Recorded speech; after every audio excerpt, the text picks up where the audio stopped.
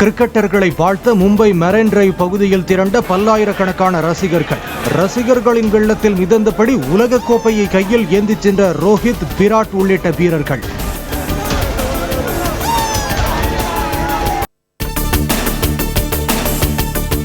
பயங்கரவாதிகளை உருவாக்கும் நாடுகளை சர்வதேச சமூகம் தனிமைப்படுத்த பிரதமர் மோடி வலியுறுத்தல். இளைஞர்கள் மத்தியில் பிரிவினைவாத கொள்கைகள் பரவுவதை தடுக்கவும் ஷாங்காய் ஒத்துழைப்பு அமைப்பு மாநாட்டில் அழைப்பு. இந்திய ரஷ்ய வருடாந்திர உச்சி மாநாட்டில் பங்கேற்க வரும் 8ஆம் தேதி மாஸ்கோ செல்கிறார் பிரதமர் மோடி. 9ஆம் தேதியன்று ஆஸ்திரியாவில் அந்நாட்டு அதிபருடன் பேச்சு நடத்த இருப்பதாகவும் வெளியுறவுத்துறை அறிவிப்பு. T20 உலகக்கோப்பையை பிரதமர் மோடியிடம் காட்டி வாழ்த்து பெற்றனர் இந்திய கிரிக்கெட் அணியினர். போட்டித் தொடரில் வீரர்களின் அனுபவங்கள் குறித்து கேட்டறிந்ததாக பிரதமர் மோடி தகவல். பிரதமர் மோடிக்கு நமோ ஒன் என்ற ஜெர்சியை பரிசளித்தது BCCI. இந்திய அணிக்கு ஊக்கமளிக்கும் வார்த்தைகளை கூறி அளவற்ற ஆதரவை வழங்கியதாக கூறி நன்றி தெரிவித்தது கிரிக்கெட் வாரியம். டெல்லியின் GTB பகுதியில் கட்டுமான தொழிலாளர்களை சந்தித்து கலந்துரையாடிய ராகுல் காந்தி கையில் கொளுரு ஏந்தி கட்டுமான பணிகளை செய்து பார்த்தார். ஜார்க்கண்ட் முதலமைச்சராக பதவியேற்றார் ஹேமந்த் சோரன். ராஞ்சியில் உள்ள ஆளுநர் மாளிகையில் பதவி பிரமாணம் மற்றும் ரகசிய காப்பு பிரமாணம் செய்து வைத்தார் ஆளுநர் CP ராதாகிருஷ்ணன். ஹத்ராஸில் கூட்ட நெரிசலில் 121 பேர் உயிரிழந்த சம்பவத்தின் முக்கிய குற்றவாளி பற்றி தகவல் தந்தால் 1 லட்சம் ரூபாய் சன்மானம் அறிவிப்பு. நிகழ்ச்சி ஏற்பாட்டு குழுவைச் சேர்ந்த 2 பெண்கள் உட்பட 6 பேர் கைது. நீங்கள் நலமா திட்ட பயனாளிகளுடன் காணொலி வாயிலாக முதலமைச்சர் ஸ்டாலின் கலந்துரையாடல்.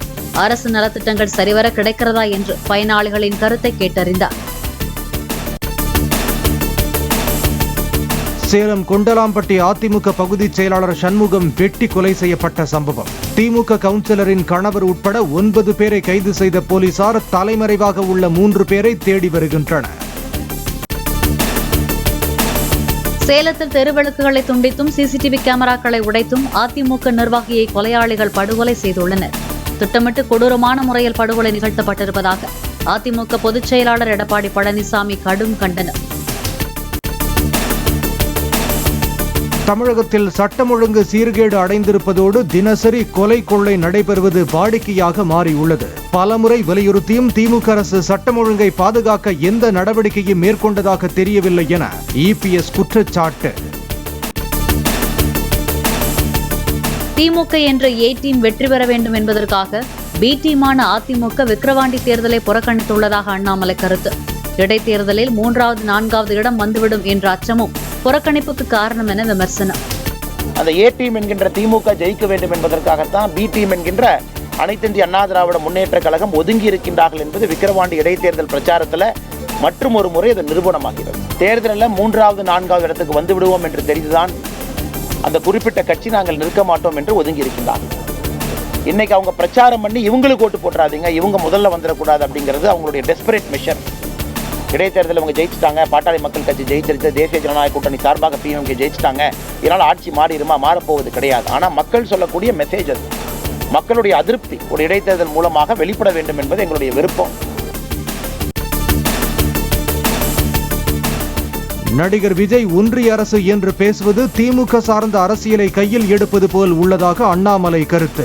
திமுகவின் அரசியலை அனைவரும் கையில் எடுத்தால் அது தங்கள் கட்சி வளர்ச்சிக்கு உதவும் என்றும் பேச்சு. விக்கிரவாண்டி இடைத்தேர்தலில் வாக்குகளை வீணடிக்காமல் அதிமுகவினர் பாமகவுக்கு வாக்களிக்க வேண்டும் என பாமக நிறுவனர் டாக்டர் ராமதாஸ் வேண்டுகோள். பாமகவுக்கு வாக்களித்தால் நலத்திட்டங்கள் நிறுத்தப்படும் என திமுகவினர் மிரட்டல் விடுப்பதாகவும் குற்றச்சாட்டு. விக்கிரவாண்டி இடைத்தேர்தலை முன்னிட்டு விழுப்புரம் மாவட்டத்தில் ஜூலை 8 முதல் 10ஆம் தேதி வரை மதுக்கடைகளை மூட ஆட்சியர் உத்தரவு. வாக்கு எண்ணிக்கை நடைபெறும் ஜூலை 13 அன்றும் மதுக்கடைகள், பார்கள் இயங்காது என அறிவிப்பு. தமது கைலாச நாடு எங்கிருக்கிறது என்பதை ஜூலை 21 தெரிவிக்க உள்ளதாக நித்யானந்தா அறிவிப்பு.